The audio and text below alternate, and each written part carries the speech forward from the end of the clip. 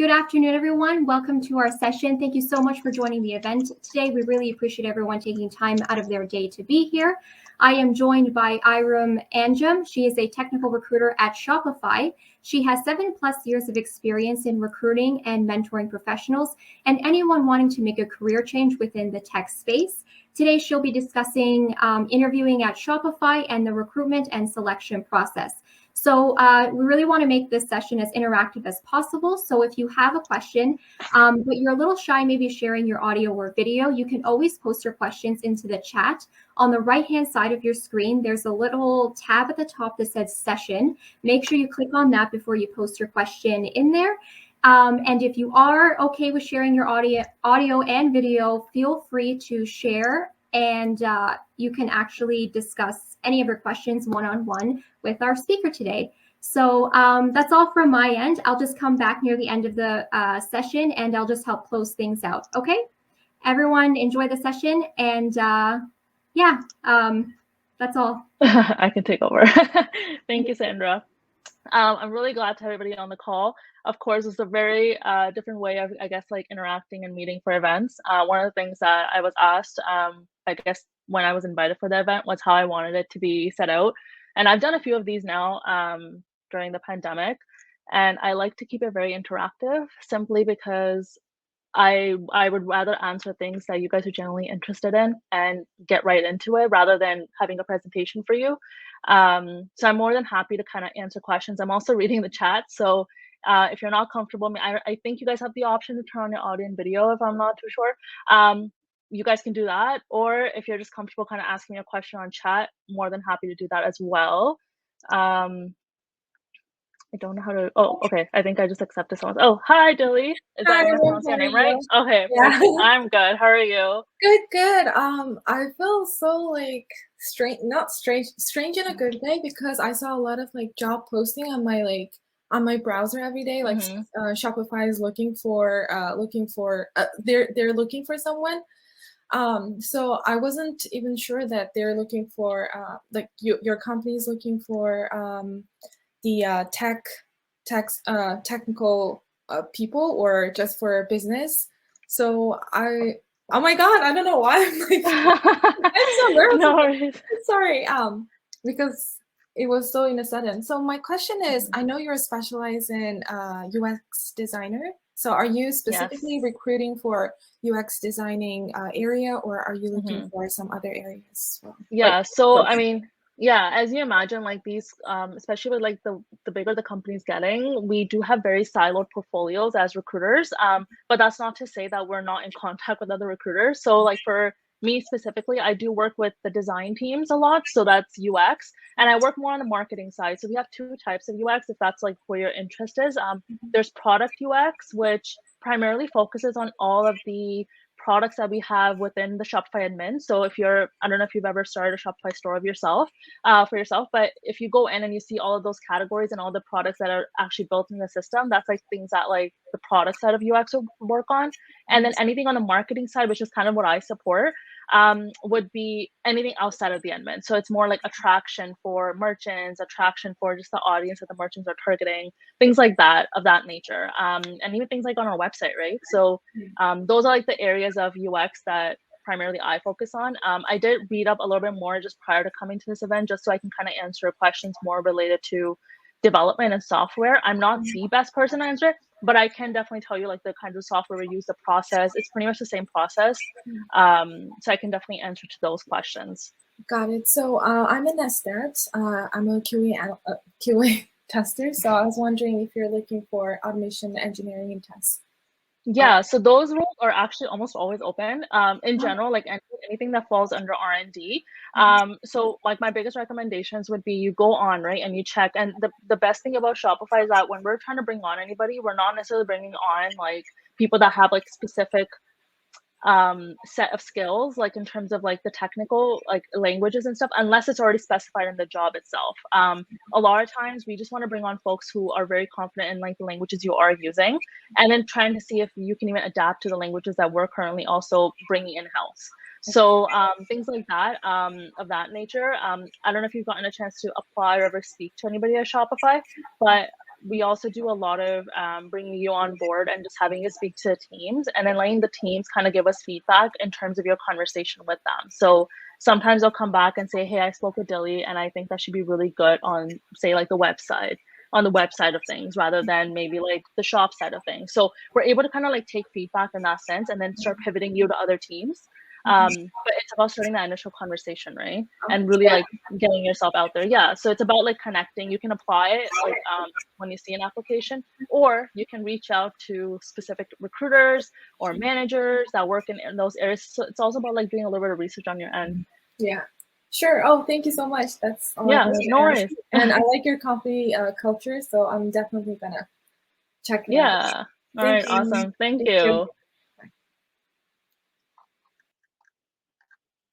But yeah, if anybody else has any questions, I'm more than happy to like take those on. I can walk through the recruitment process as well. I think that's something that a lot of people might be curious about. So one of the things I guess I can speak more on the UX side. Oh, something happened to my screen. Okay, sorry, something weird really happened to my screen. But anyways, so on the UX side, or really majority of our roles, we have what's called an initial vetting call. So sometimes when you get contacted by a recruiter, I don't know if any of you have applied and actually gotten through this process, but we generally try and keep our initial conversations between candidates and managers as like that very first conversation. You're not going to be, you most likely will not be talking to a recruiter as your initial call. You could also be talking directly with the manager. And I think that's amazing because you get a chance to kind of see the culture itself. You get to speak to the manager, get more insight on the actual team and deliverables. So it's a really great opportunity to network and just stand out. And then after that, it's usually you having a recruiter call. And we call that phase a life story round. And it's a very Shopify branded interview. And it's a chance for you to narrate your story for the recruiter and just kind of tell your journey from wherever you want to start, right? So if you're, like, I talk to a lot of design folks, so we do end up talking a lot about their artistic side and kind of how they went into, say, illustrations or even content writing. I do a lot of copywriting roles as well. So it's a lot of that. And then once those preliminary steps are done, which is the initial vetting call with the manager and the recruiter call, just kind of talking about the journey, we move into shortlisting. And those are where it's more specific to your your area of expertise. So for instance, if you're in UX, those shortlisting rounds will consist of portfolio reviews, working with another designer on Shopify samples, just really trying to see how you would interact with them if we were to bring you on board. If you're a developer, it's like with a lot of tech companies, like you would be doing a coding exercise. So we use CoderPad, and it's basically a software used to prepare programming interviews that allow you to split and share your screens, and it includes like a video chat and whiteboarding function. I haven't really seen it as much because I don't work on the developer side, but that is something that a lot of our development teams use during the interview rounds. And again, it's like broken down into different steps in terms of interviews. And if you get to that round, we actually have an entire careers portal site that we end up sharing with candidates, just so they can kind of get a breakdown of, okay, if you're going to go into this round of interviews, this is kind of what it looks like. You get a better understanding of it. It is usually, and again, timelines can also, be very, very, very different based on the actual role itself. Developers can take slightly longer. But yeah, that's generally our process. And once the shortlisting is done, it's pretty much like a recruiter is able to kind of communicate the timelines with you. So once I start my shortlist interviews, it generally only takes like a week and a half before I can get you feedback on a decision we've made. And sometimes it's either I'm able to share feedback based on your interview, or I can give you feedback based on, hey, you spoke with another manager during your shortlist interviews and they really like you and they feel you'd be actually a stronger fit on their team. What would you think about maybe speaking to them further about learning about their team in general? And then that's how we can actually work on pivoting you to start speaking to other teams. So that's how we've been like growing our recruitment function. We don't just kind of just like speak to people and then just kind of decline them and that's it. It's more like, hey, let's try and build this relationship. You're interested in Shopify and we want to see like what you can bring, and if maybe like the first round of interviews didn't work out, let's see what else can work out for you based on your expertise, what you like, the people you've gotten to know so far during your process of interviewing with us. things like that. So we're really able to kind of like dig deep further. More than happy to take any calls. Billy, don't worry about it. It's okay. I think it was more just the fact that we're on video now, so it is a little bit like nerve-wracking sometimes to just like go on in front of video and just like start talking. So I think that's kind of also why. Um, yeah, but anyone else, if you guys are like have any questions regarding either the recruitment process or Shopify in general, I'm more than happy to answer those. I guess one of the things that I can mention is if you don't already know, we are a digital by default and digital by design company now, which means that we do hire globally. So that being said, how that works within recruitment is so my team, I'm one of 3 recruiters who hire within marketing UX in North America. So I hire in the States, I hire in Canada, all across like in terms of different time zones and everything like that. And then we also have 2 other recruiters who are on the Europe side, so they hire for anything outside of North America. So it's kind of divided up in that sense. But in terms of hiring, that's like it's never been like one of those things like, oh, we just can't hire in certain countries. It's never been a question of that. If I get any applications that are outside of North America, I simply just start moving them to my other colleagues that are located and that actually work with candidates in that geographic location.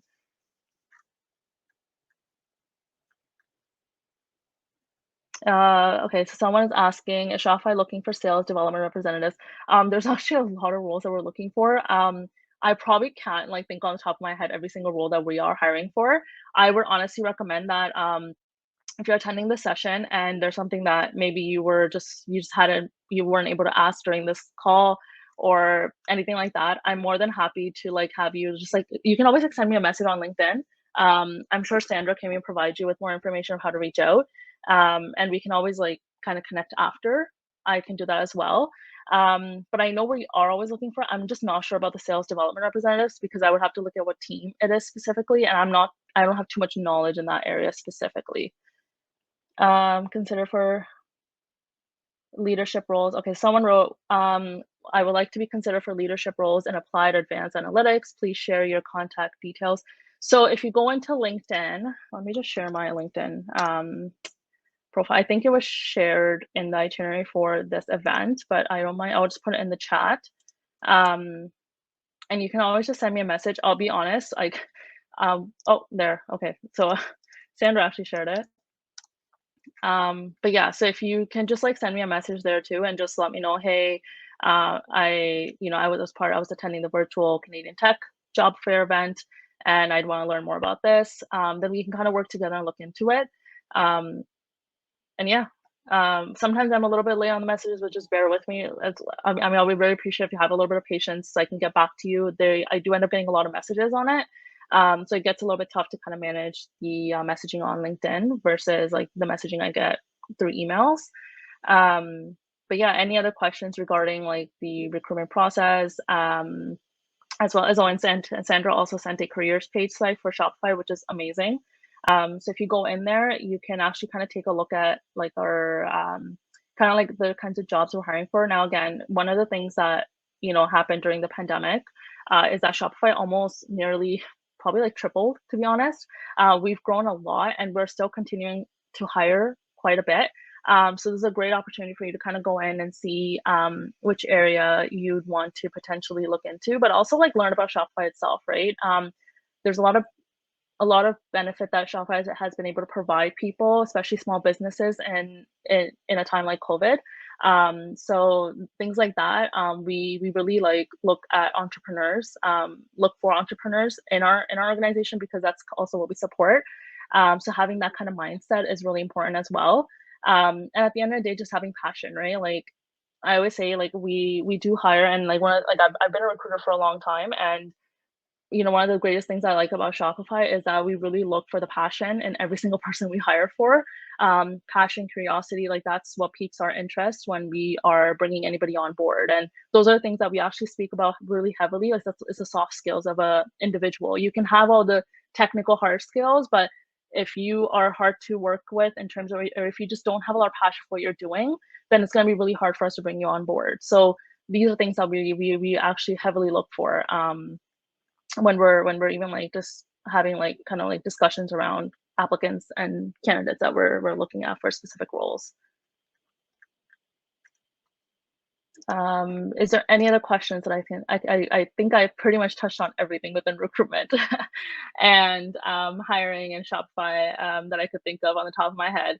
But yeah, I mean, I would highly encourage you guys to like go on and look into that. I think one of the things I can also share, and this is something that I always share because it's something that it's always caught my attention, is that when I was onboarding with Shopify, and I'm only 7 months into Shopify, by the way, so I'm also fairly new, but that's also a lot of the organization. So when I had started, I loved my onboarding. It was completely remote. So we had actually 2 cohorts that had to be split up because there was that many people starting on the same day. And in my cohort, I had around like 17, 18 people. And it was awesome because what happened is they obviously run you through a lot of the technologies that we use and, you know, everything about Shopify, the merchants. It's very, very heavily focused on that. But one of the things that I really loved is that they made us actually create a test store and run us through the actual product that Shopify features and presents to its merchants. So that was something that I had never experienced. So I got to kind of learn that. So Sandra said, are you able to discuss video interviews and any perspectives on what job seekers can do to improve video interviewing? I feel like that's like just how it is now with a lot of these tech companies. Even with or without like COVID, I think a lot of companies are now choosing to stay remote. So aside from Shopify, you're going to be seeing this a lot, and I think it's something that you need to get used to if it is something that, in terms of if you're nervous about it. In terms of video interviews, I can tell you the technologies we use, which is we use Google for everything. So we have Google Meets, and those links get sent through. In terms of it, we don't critique in terms of, you know, having the best lighting or anything like that. That's never part of a discussion for any of us. The only thing we do ask for is you at least have a clear enough connection for it to not be something that blocks your way of interviewing.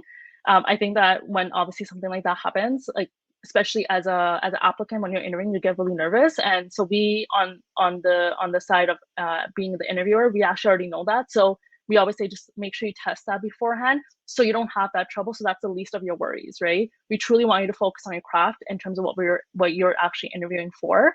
So forget about the piece of, I guess, like making it perfect look perfect. It's just about making sure your connection is good and that you can sort of be comfortable. So I guess the only suggestion I can give, aside from if you're not that comfortable being on video, is maybe like start doing it if you're already currently working. It's just start kind of like opening up your video and getting used to that environment of actually doing that. Because I know that's how I got used to it. You know, I've done a few events now where I have to be on video, sometimes literally just talking to myself, it feels like, but you do have to get used to that, right? And that's just the way it is now in terms of like how it's been moving along with technology, with just the world itself. Anything else would be, so for instance, if you're interviewing for a developer position, we do use something like CoderPad that I mentioned before for the coding exercise. So things like that, when you know that certain technologies are being used, just make sure you kind of test it ahead of time prior to your interview. So when you get on, that it's not something that you're testing during. And so then that can become a little bit troublesome. And all of these things, by the way, like if you're going to be proceeding towards those interviews, are going to be given to you, right? Like all the links are going to be given to you, how to set up. So just make sure you actually follow through. And if something is not clear to you, like reach out to the recruiter, reach out to someone you're in touch with from the organization saying, hey, I just want to make sure I'm good and set for our interview on so-and-so date. So this is what I'm wondering about that. I don't know if is there anything else specifically that you're looking for in terms of that question. I feel like I try to answer it to the best of my ability. Is LinkedIn profile mandatory? So LinkedIn profile is not mandatory, but I'll be honest, it does help a lot. And the reason I say that helps a lot is because it kind of keeps a history of all your work. So right now, because we're so socially heavy, like in terms of our presence on social media, LinkedIn just kind of helps keeps a history of all the work you've done. So especially when you're a coder, or I'm sorry, not coder, but when you're a developer, or when you're, and especially for me when I'm working with design folks, it's really great for me to be able to see all of their history there without them having to feel like they have to put everything on paper for a resume, right? So in that sense, yes. It's also important. I wouldn't say mandatory, I would say important if you want to get recognized, right? In terms of if you want to be found.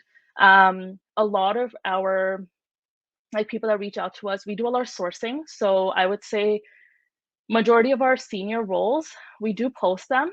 But from all the hires that I've made in the senior positions, they've always come from sourcing candidates. And what that means is that we literally go out into like LinkedIn or like just Google or GitHub, and we search for people that we wanna hire. So if you don't have an online presence, we can't search for you. So you're already limiting your options to be found. So that's why I would say it's important, but not mandatory. And so yeah, no worries. Is there any other questions that I can address? I know we have like 4 minutes left. How should one go about the roles? Sandra shared the profile directly.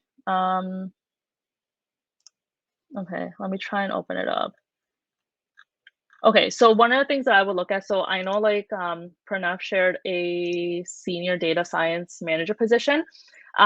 Okay, so when you're looking at any position, this is not just for Shopify. I'm gonna give you a very, very like just feedback in terms of like when you're looking at any job posted online, is obviously aside from like the technical skills you would need for the actual job, which I mean, I know here it says like there's technology like Python, SQL, Spark.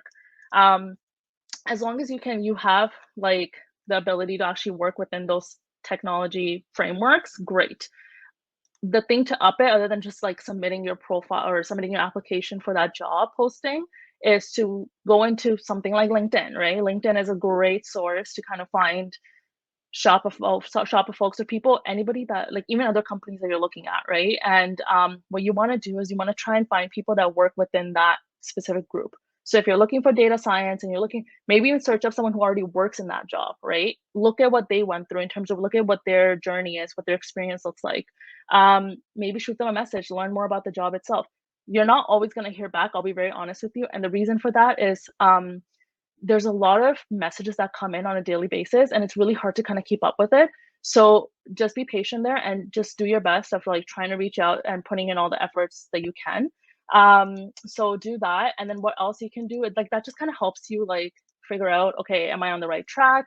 Is there something else that they need? I know when I was kind of going through this round of like looking at, job data and then kind of like going and finding people who work in those specific roles, I was able to see like some of the other things that they had done, which is maybe education wise or certifications or just programs that they did or took part in. And I remember like I got really like encouraged by that, and I started actually doing some of that myself. So things like that can really spark some ideas for you. So hopefully that answers your question. If not, I'm more than happy to answer it after. Features that Shopify always look for in its employees. Again, it's more, I kind of already went over it. It's more of the soft skills that I would say we look at.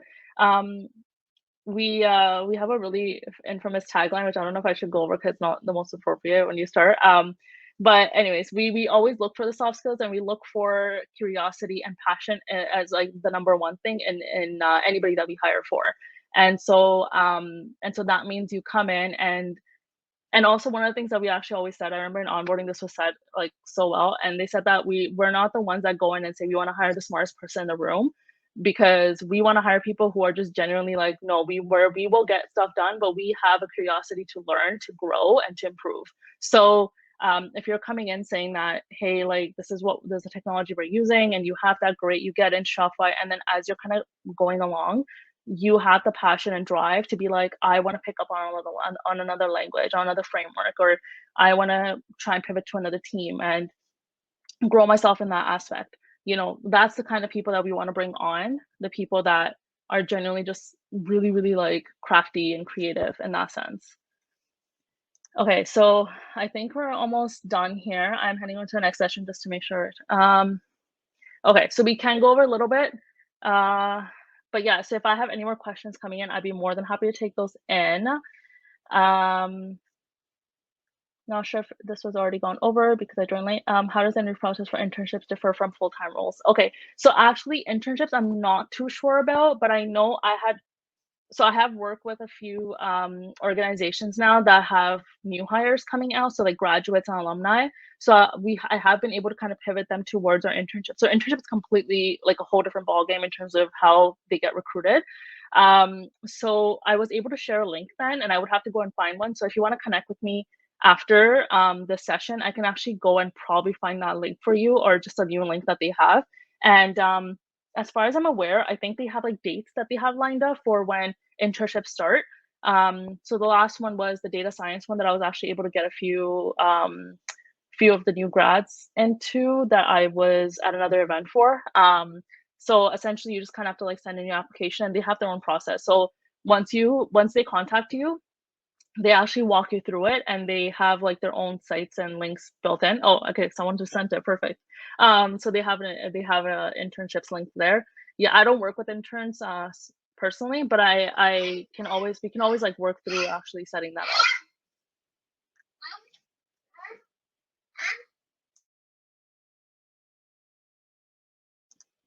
No worries. I'm more than happy to connect on LinkedIn as well. So if you have any messages, you can always just tell me that you were part of this event, and I'd be happy to take on any more questions. Or like, say if you ask me something and I maybe didn't go over it correctly, just let me know.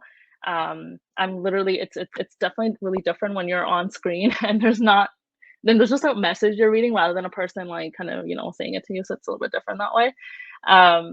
But yeah, let me know if there's any other questions I can like go over. More than happy to go over that. I'm already actually getting a few messages,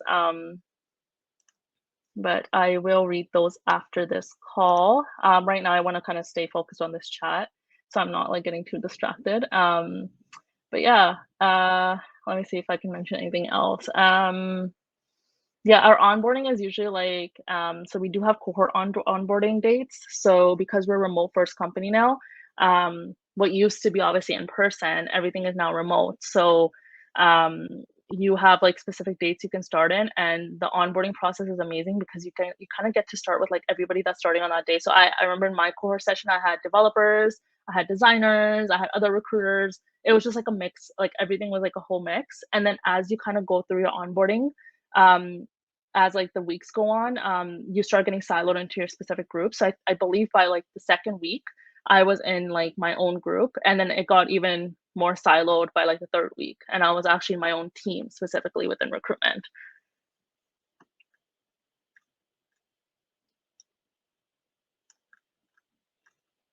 But yeah, so I think that's about it. I'm not getting any more questions, but I do have Sandra's back.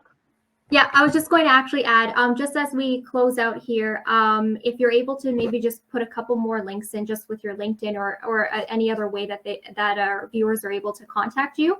And then I think that's about it, because we're 2 minutes away from 3:00 and the next set of sessions are going to be starting. So yeah, I think LinkedIn would be best just because emails can get really like bombarded. But I think LinkedIn would be best just because I can manage that side of the conversation and then bring you in based on whatever like roles you guys are looking into. So yeah, I know I was getting a few actually during my session. I just didn't want to open it up because I was like, it would just be too much back and forth between this and then LinkedIn. So I will check that later today. And I think we have one more person. I think we have like 1 minute. We can probably get them in. Maybe. Yeah, just one more question. Okay, just quickly, thank you everyone for joining the session. You can get into contact with our speaker after the event if you have any more. And so our next session is starting at 3:00 and our panel is starting at 3:30. Thank you.